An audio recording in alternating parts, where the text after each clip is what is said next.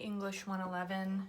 Welcome to week 5 of the course.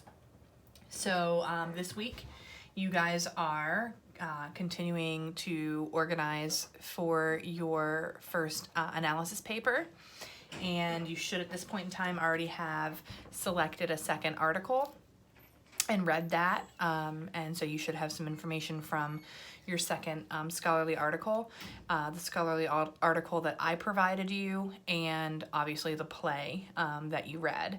And so at this point in time, now you're going to organize your essay into an MLA formatted outline. So you have a thesis statement, you know what you're going to be writing your paper about, and now we're going to organize that into a MLA formatted outline. So I provide to you an MLA outline example, and that is in Microsoft Word. And if you download that and open it up, it's a template. Please use it. Feel free to use the MLA template, and you know that you're getting the formatting correct for this outline. You'll take out what's in parentheses in the header where it says MLA outline template. Obviously, you'll take that out because it's not a template anymore. You're using it as an outline. You'll put your last name in your header for your last name page number. You'll change all of the information, your name, my name, the class, the date. You need a paper title, so it should not be outline. It should not be literary analysis outline or literary analysis paper. The title should be about the content that you're going to write about. So if I was writing about the symbolization of dreams in the play, then my paper title would be dreams, or the symbols of dreams in A Raisin in the Sun, or something like that, something kind of catchy for that title. And then you leave the word thesis there, so don't erase that, thesis, colon, and then you write your thesis statement there. Your thesis statement should be 2 sentences, 1 to 2 sentences. What you're going to prove in the paper, it should mention the title of the play, or the author, or both. It should be written in formal academic style. So what that means is there should be no personal pronouns, no contractions, okay? It should be in third person, and it's a thesis statement, okay? And then what you do is you utilize the rest of the outline to organize your essay. So with all of the information in front of you, both articles, annotated, quotes from there, quotes from the play, how are you going to prove that thesis? What information are you going to provide to prove that thesis? So your Roman numerals are your main big points. And for a paper of this length, you should have 3 to 5 Roman numerals. And so for my first Roman numeral, I might talk about Mama's dream, and what is the symbol for that? So the symbol for Mama's dream is having a home. That is my Roman numeral 1, that sentence. And then for A, I might talk about analysis as to why Hansberry does that, and then have details, which are quotes.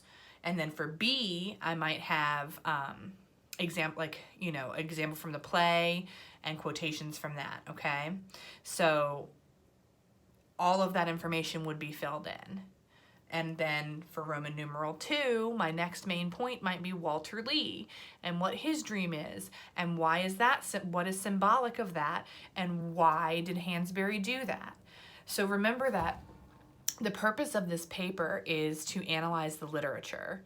And in analyzing the literature, you're answering the question of either why did the author do something, or how did the author do something, or both.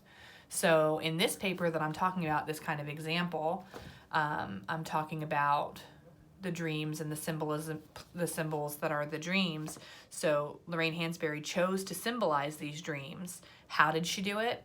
What are the symbols, and explaining that? Why did she do it? Okay, and that will come from your scholarly articles, and you will have quotes from the play as well.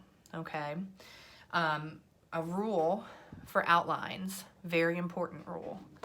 If you have a 1, you have to have a 2. If you have an A, you have to have a B. Okay, so I have Roman numeral 1, so I'm going to have at least a Roman numeral 2, and you guys are required 3 things, right? If I have one capital A, I have to have a capital B. If I have a number 1, I have to have a number 2, okay? So I can't have just a capital A and 1, 2, and nothing else under my main point. I should have at least 2 subtopics under that main point, at least. Now, you can have a C and no D. All right, so you can have more than 2, but you cannot have just 1, okay? And that's super important in MLA format, okay? So you guys are turning your thesis now into organization to write your paper. And the more work that you put in this week on your thesis, on your outline, the more detail you include, the easier time you're gonna have writing your paper next week, okay? Because you use this outline to write your paper. So it's super important that you put a lot of work in here. Make sure you are pulling from all of your sources. Include your in-text citation in your outline so it's already done for you. These are just some things that you can do to help you later on down the road, okay? So your thesis and outline is due Sunday night, okay? But the sooner you get the thesis and outline done, then you can start working on your paper, okay? So feel free to turn it in earlier than Sunday because you're going to begin writing your actual paper. And your paper will be due the following Sunday, so it'll be due on October 6th, all right? So just be aware of that. If you guys have any questions about thesis statements or outlines or anything like that, please feel free to shoot me an email. I am going to be working early in the week to get you feedback on the thesis statement that you provided in your journal. So make sure that once you get a grade for your journal, Oh no, I'm sorry, you didn't submit a thesis statement, did you? Nope. So you're working on your thesis statements now. If you want to email me your thesis statement prior to submitting the formal thesis and outline, feel free to email me your thesis statement and I will give you feedback on that, okay? And any questions you guys may have, do feel free to contact me. The video that I provided you guys, it's a little boring, but it is really informative, so please use that. And then the lesson there's just a couple of links. You'll see that I'm using Purdue OWL as usual because that is where we go when we need help with formatting or anything with MLA format and those types of things. I will check in with you guys next week, but you definitely want to make sure that you're putting in the work this week, organizing a nice detailed thesis and outline, and make sure that it is in proper MLA format. That means all the things we've talked about with basic format, font size, header, heading, all of those things, that you're using those things when you turn in this, and make sure that you turn it in with a Microsoft Word file. I'll check in with you guys next week.